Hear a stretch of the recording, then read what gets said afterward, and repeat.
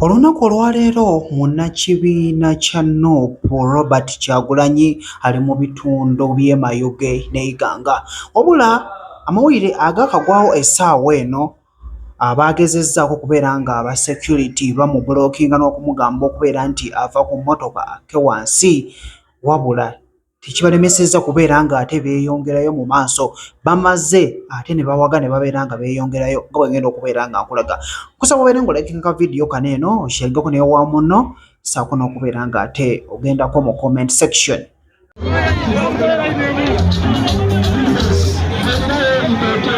His Excellency Robert Kyagulanyi Ssentamu, the People's President.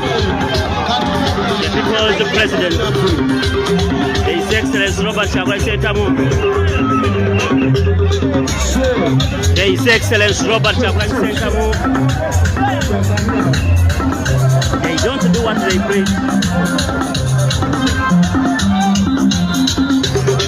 His Excellency Robert Kyagulanyi Ssentamu.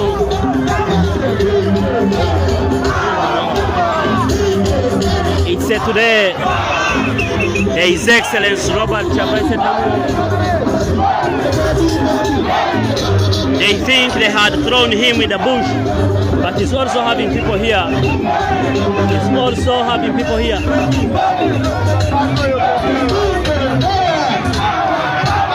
His Excellency Robert Kyagulanyi Ssentamu.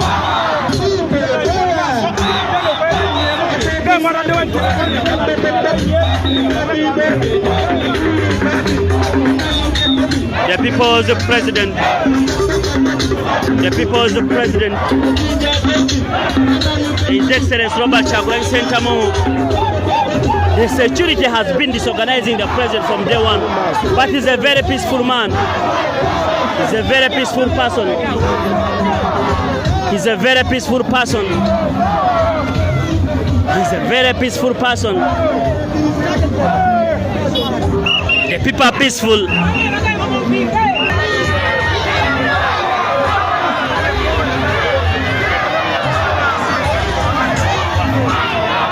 The People's President, they force him into a bush, the people are there. My God. Nothing much can stop the revolution. Nothing much can stop the revolution. Nothing much can stop the revolution. The revolution train is moving. The revolution train is moving. The revolution train is moving. The revolution train is moving. The revolution train is moving. The revolution train is moving. The revolution train is on the way. The revolution train is on the way. The revolution train is on the way coming. The revolution train is on the way coming. The revolution train is on the way coming. The revolution train is in the way coming. The revolution train is championed by His Excellency none other than Robert Kyagulanyi Ssentamu, the 10th President of the Republic of Uganda. He's finally here for you. The President is here for you. The President is here for you. The revolution train is on the way coming. It is championed by His Excellency Robert.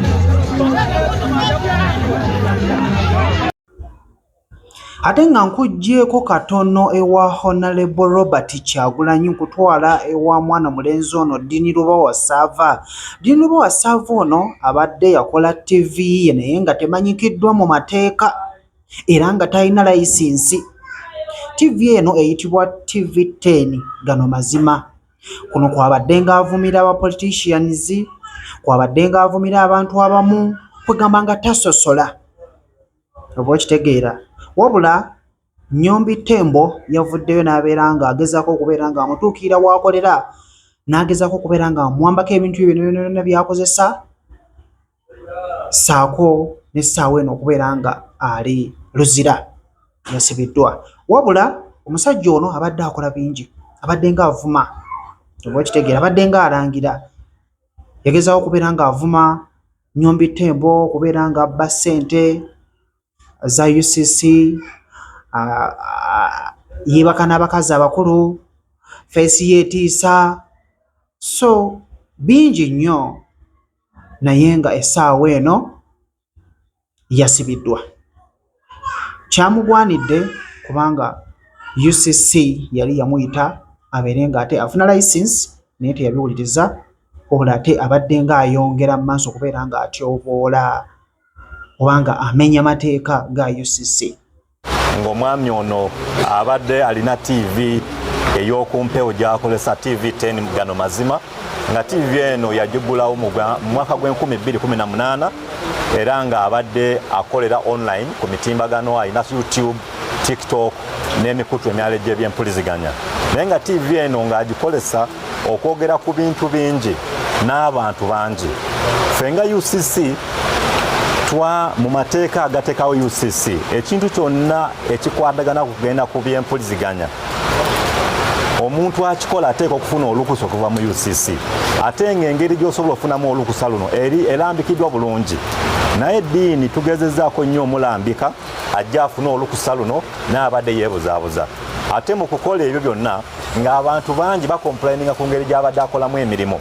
Era nga waliwo cases 3 ze twapiikinga ez'omwami bamuyita Alex Mukobazi, Lutaaya, Post Bank, banka y'ensi eno ne Professor Dungu Katerega nga beekubira endulu eri UCC nti mwami ddiini yali abaweebudde mu stories yabawandiikako. Era twagezaako okuyita ddiini ne tumugamba ajje yennyonnyoleko, naye ng'awandiika n'agamba balooya be nti ebyakola tebigwa mu Obadde mulabi wange mulungi era nkossaamu ekitiibwa. Nkusaba obeere ng'olikinga vidiyo eno ate ogendeko mu comment section obeere ng'oyogerako nange, ssaako n'okusubscribinga singa ate obeera nga oli mupya.